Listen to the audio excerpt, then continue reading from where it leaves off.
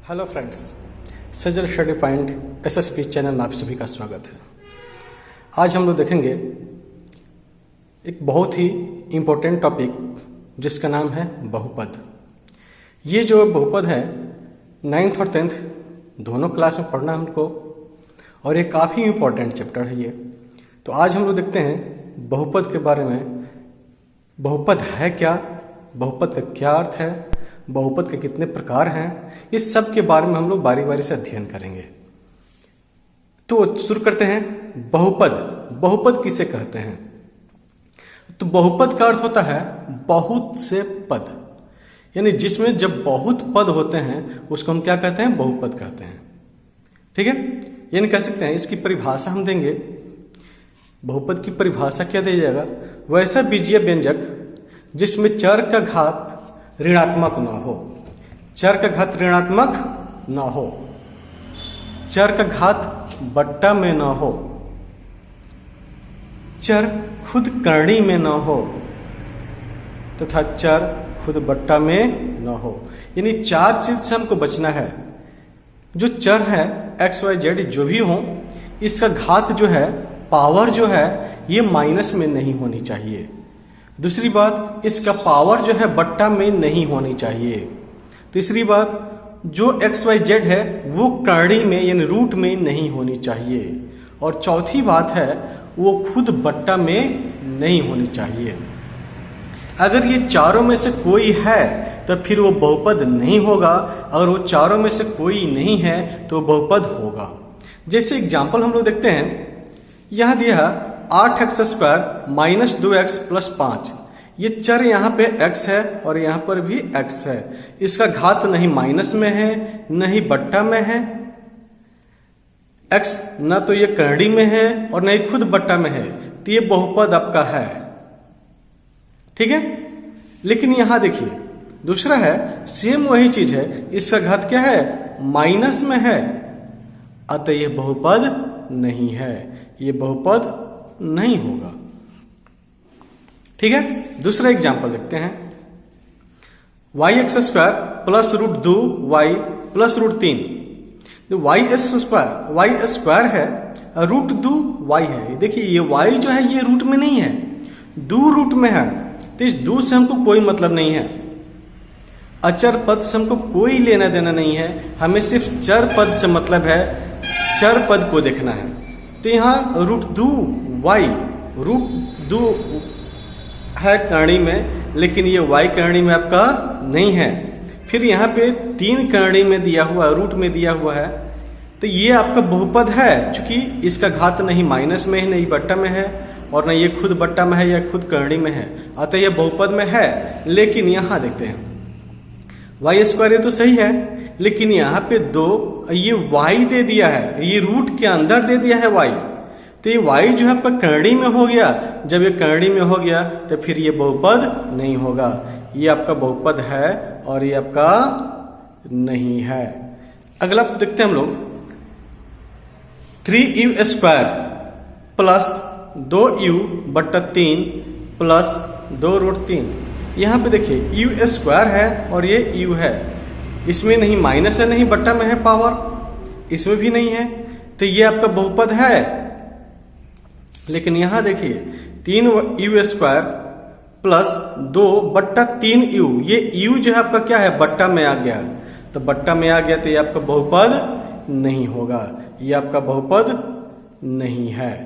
ठीक है, अगला देखते हैं हम लोग, 6x² प्लस 3x माइनस 5। ये आपका बहुपद है, क्योंकि इसका घात नहीं बट्टा में है नहीं माइनस में है, ना ये इसमें कहीं करणी है।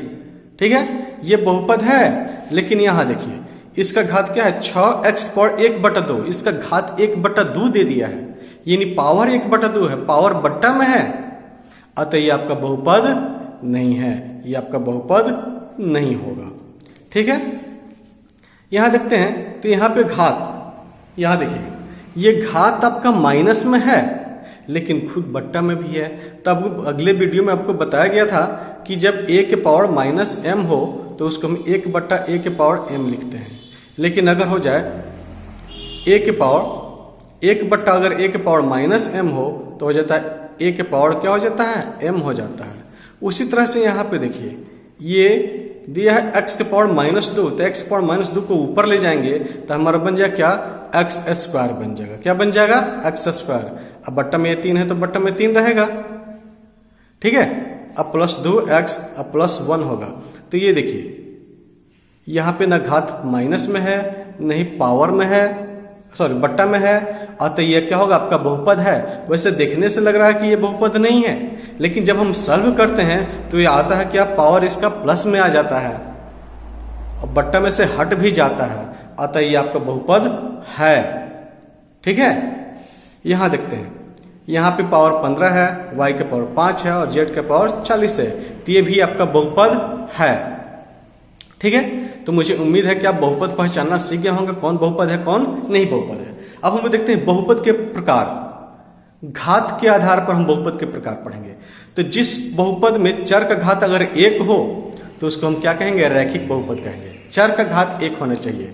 जैसे हम लिख सकते हैं 3x + 4, इसमें चर x है, इसका घात 1 छिपा है, अतः ये क्या हो जाएगा, आपका बहुपद हो जाएगा, ठीक है। कौन सा बहुपद है, रैखिक बहुपद।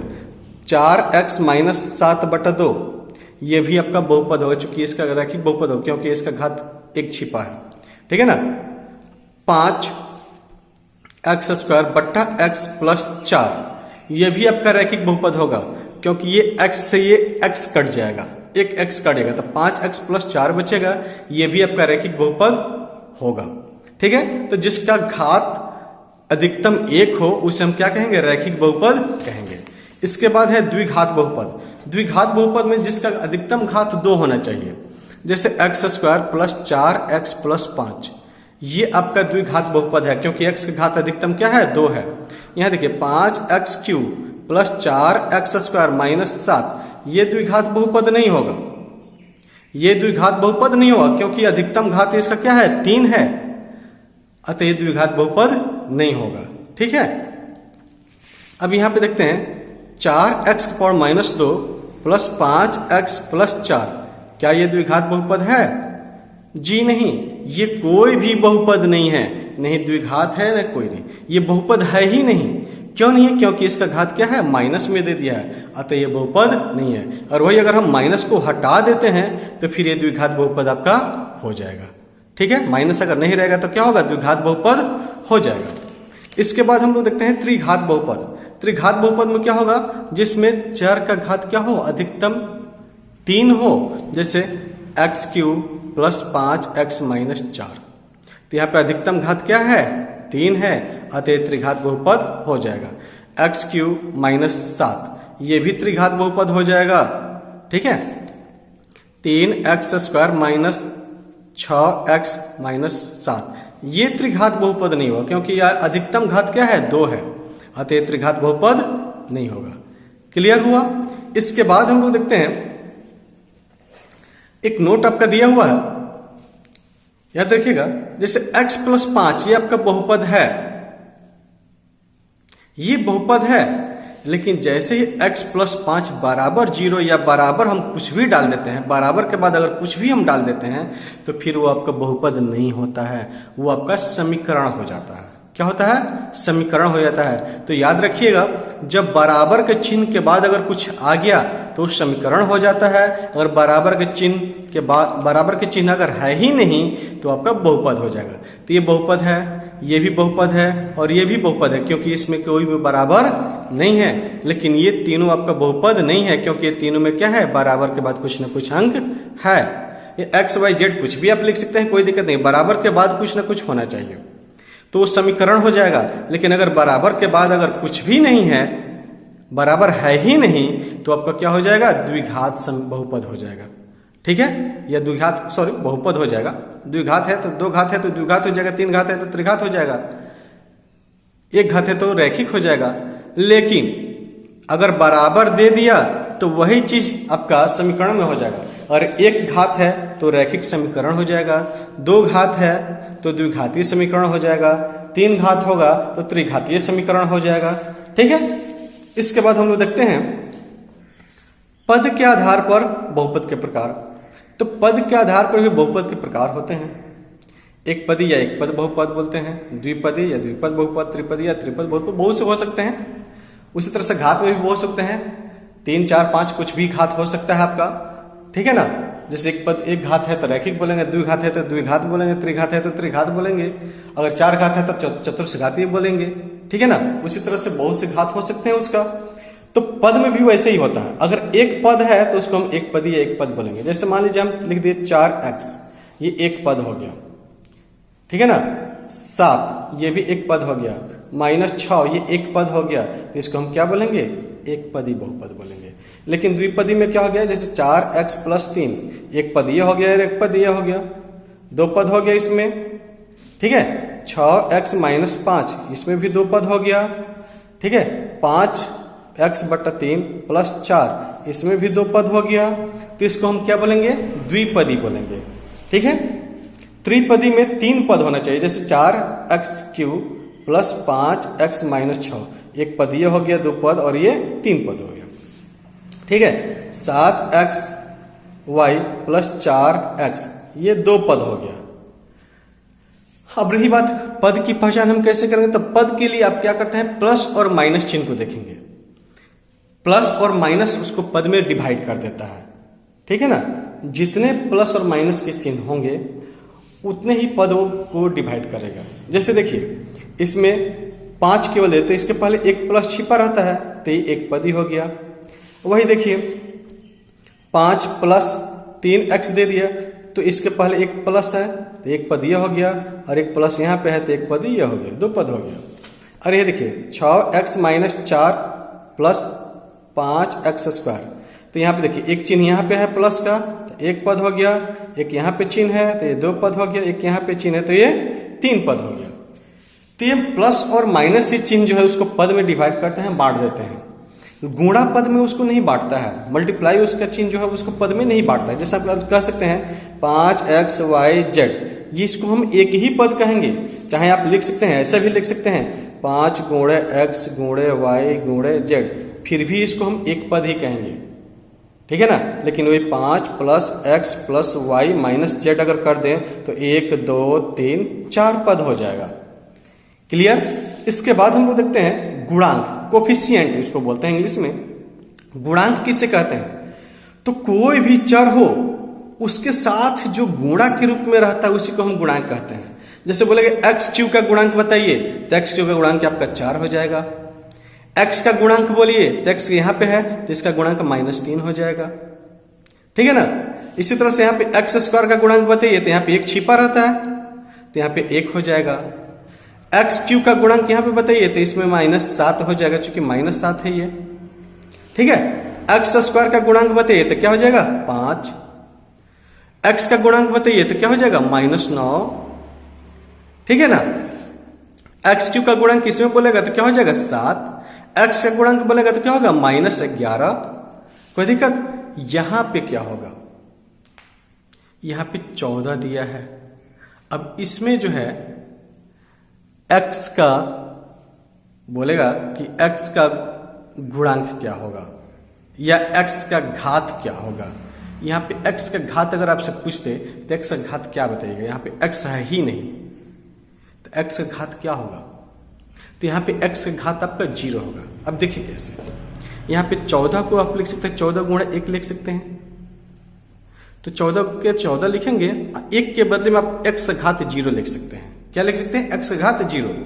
तो यहाँ पे x का घात अगर पूछेगा तो यहाँ पे x का घात कितना बताइएगा, 0 बताइएगा, ठीक है ना। यहाँ पे x का घात क्या होगा 0। अब यहाँ पे पूछेगा कि x का कोफिशिएंट, तो इसमें x है ही नहीं तो इसका कोफिशिएंट कहां से निकलेगा, नहीं निकलेगा। लेकिन घात जब बताना हो तो x का घात 0 आपका हो जाएगा। इसमें x का घात, x का कोफिशिएंट क्या होगा, तो इसके में x का कोफिशिएंट हो जाएगा 7, यानी गुणांक हो जाएगा आपका 7। अब इसके बाद हम लोग देखते हैं अचर बहुपद किसे कहता है। अचर बहुपद में जिसमें चर ना हो, यानी x y z कुछ भी ना हो, उसको हम क्या कहेंगे, अचर बहुपद कहेंगे। तो जैसे इसमें देखिए 4, इसमें कोई x y z है नहीं है, -7 इसमें x y z है नहीं है, 7/3 इसमें x y z है ये भी नहीं है, -11/2 इसमें भी x y z नहीं है, तो ये सब के सब क्या कहलाएंगे, अचर बहुपद कहलाएंगे। क्या कहलाएंगे, अचर बहुपद कहलाएंगे। इसके बाद हम लोग देखते हैं शून्य बहुपद किसे कहते हैं। तो कह रहा है अचर बहुपद शून्य को हम शून्य बहुपद कहते हैं। अचर बहुपद जब शून्य हो तो उसको हम क्या कहते हैं, शून्य बहुपद कहते हैं। यानी अचर बहुपद जैसे 4 हो गया, 7 हो गया, ये 4 7 न रहकर क्या होने चाहिए, शून्य होने चाहिए। क्या होने चाहिए, शून्य होने चाहिए। अचर जो भी अंक है वो क्या होने चाहिए, शून्य होगा, तो उसे हम क्या कहेंगे, शून्य बहुपद कहेंगे। जैसे 0 इंटू एक्स के पावर 0 ले लिए, तो इस अचर बहुपद यहाँ पे क्या है, शून्य है। एक्स घात से हमको कोई मतलब नहीं है, हमें अचर बहुपद से मतलब है। तो अचर बहुपद अगर शून्य है तो इसको शून्य बहुपद कहेंगे। यहाँ पे भी देखिए एक्स घात 1 है, लेकिन अचर बहुपद यहाँ पे क्या है, शून्य है, इसलिए इसको भी शून्य बहुपद कहेंगे।